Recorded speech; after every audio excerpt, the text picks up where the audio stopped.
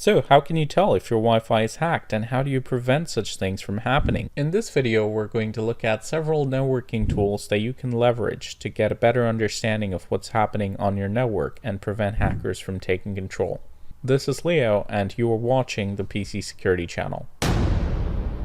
This video is brought to you by Crowdsac, an open source free security tool. Check them out using the link in the description. Before we can enter the waters of networking, we need to understand a very simple networking concept, which is the IP address. Think of this as the address of the device on the network. These are all local addresses, of course, which means that you might see the same addresses when you look at your own systems. By the way, the tool I have open here is called Wireless Network Watcher, and what it's doing is listing every device that's connected to my Wi-Fi right now. And any of you can download this and check this out. And so first of all, if you see anything here that you don't recognize, that could be a red flag.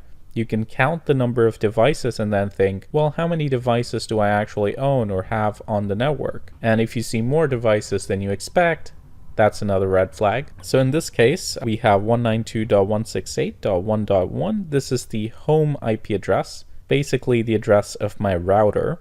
The second one is the IP address of the computer that I'm using right now, Supernova. The third and fourth seem to be connecting in and out intermittently, and that's likely my mobile devices. And the fifth, I believe, is a virtual machine, or maybe the third is virtual machine. I can't tell right now. But in this case, every device on the network is accounted for. However, if you notice anything here that you don't recognize, well, somebody else is connected to your network. So what do? How do you get them off of your network? Well, in order to do that, you will most likely need to go into the interface of your router. So how are we going to do that? Well, just visit the router's IP address. So all you have to do is go to 192.168.1.1, and this is going to be the home address for every router on every network. So it doesn't matter where you are, what kind of router you have, this is always going to be that address. And once we hit enter, as you can see, it's going to ask me to log in. Now, if you don't know the username and password of your own router, well, isn't that strange? But you'll be surprised how many people actually don't. The first thing you should always do when you get a new router is change these credentials to something that you understand, or at least make sure that you've got a strong password here. Because if you've got default credentials and they're very weak, someone could easily hack into your network simply by brute forcing this very interface that you're seeing right now. Or if you've got a router manufacturer that just uses the same username and password by default on all their routers when they're shipped, well, I mean, pretty much anyone could just go in here and type in the credentials and basically take full control of your network. If you don't know what these credentials are, you can likely find them taped to the back of your router. So just physically walk over to it, check out the box, and it should be written somewhere. And once you log in, you will be able to change it. Now, once logged in, you want to go into the local network on the top here. Of course, the UI may be different for you because you may have a different router. I'm just showing you a very basic router that was provided by the ISP I'm using, so it should be very similar to anything you use, but you want to go ahead and find WLAN wherever you are. And the reason for that is WLAN, or wireless LAN, is basically the local Wi-Fi connection that you will be connecting to get to the internet. And in here you will be able to do things such as control the different Wi-Fi networks that are turned on or off, and also change passwords. This is not the password to your router. That is likely going to be found under management and diagnostics, but this is basically your Wi-Fi network name and password. So if you see a device here that's not supposed to be there, the first thing you want to do is change your Wi-Fi password. And you can do that by going into the WLAN SSID configuration, and here you can change the encryption type and the WPA passphrase, and this is basically your password. And the different Wi-Fi networks you're broadcasting are going to be listed under different SSIDs. So we've got SSID 1 and 2 on 2.4 gigahertz. We've got 6 on 5 gigahertz. Basically anything that's turned on here is actively broadcasting. You don't have to worry about any that are turned off. But once you've done that, once you've changed your password, you should be able to kick out any attackers. But what if we wanted to detect an attack and see what's going on? Well, you need to analyze the packets that are traveling over your network.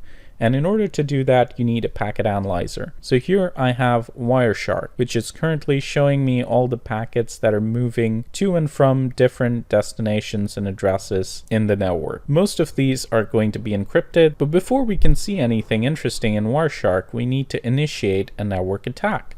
So in order to do that, we're going to go to Kali Linux. And I'm just going to quickly log into my VM over here, and we're going to start a network attack so you guys can see what it looks like. Now we're logged in, and we're just going to do a simple Nmap Scan, which is the basic beginning point of any kind of network discovery attack. This is basically designed to give the attacker a list of different targets, show them the different devices that are there, and I'm just going to try to attack the basic device that I'm running right now. So I'm just going to go back and find the address that we're looking for. So my computer is at 192.168.1.103. So that's the address we'll be targeting. And as you can see, now the Nmap scan has begun. Now if we go back to Wireshark and set a filter for ARP, it should be able to detect the packets that are going to be broadcast performing this sort of discovery attack on this network. We're almost done, and as you can see, all of a sudden we have a ton of requests. Each of these are being broadcast, and you can see the info in each of these packets is basically who has 192.168.1.104. Tell 192.168.1.103. And you can see the range of IP addresses continuing to grow because the attack is basically trying to list all the devices on this network. So it's going to try in a range from 192.168.1.1 all the way to the last possible address within 192.168.1. So it's scanning through the different IP addresses, trying to detect different devices on the network. It's querying that information and looking for potential targets. What we're looking at right now is what you would call a packet storm. And if you're seeing this, well, that's kind of alarming because it seems like something is trying to storm the network with packets, trying to figure out what devices are on it. Of course, there are a variety of different attacks that an attacker can use, but in general, most of them will involve sending a ton of packets. So if you notice a packet storm, it's usually a sign that somebody is trying to probe your network. So there you have it. Those are a couple simple steps that can help you understand if a hacker is on your network and kick them out. I hope you found this video helpful. Please like and share it if you did. On the theme of free security products, this video is brought to you by Crowdsac, a free open source intrusion prevention system. The project is on GitHub, so you can check it out today and install it on your favorite Linux box. I've already set it up on Ubuntu and it's super simple and easy to use. Crowdsac allows you to ingest alerts from various sources, parse through the logs, and build your own intrusion detection system. You can set up custom rules, leverage the community blacklist, and automate your entire security process.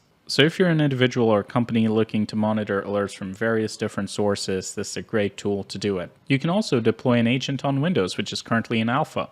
Once you have it set up, you're going to look at the Crowdsac console. This is going to show you a bird's eye view of all your agent scenarios and alerts. You've also got access to cyber threat intelligence, so this is where you can look up any kind of IP that you like. So I'm just going to paste a malicious IP here, and if we do a search, it's going to give us the confidence level and the various actions associated with it. So as you can see, this one is flagged as a bad actor. The attack details show it's an HTTP scanner and crawler. You can see the reporting period, and you can also make a comment. So it's very much community driven. And while some parts of the project are still in development, still in beta, this is a great time to jump in and start playing around with the tools, getting involved with the project. So check them out, link in the description. Show them some love for supporting the PC Security channel. This is Leo. Thank you so much for watching, and as always, stay informed, stay secure.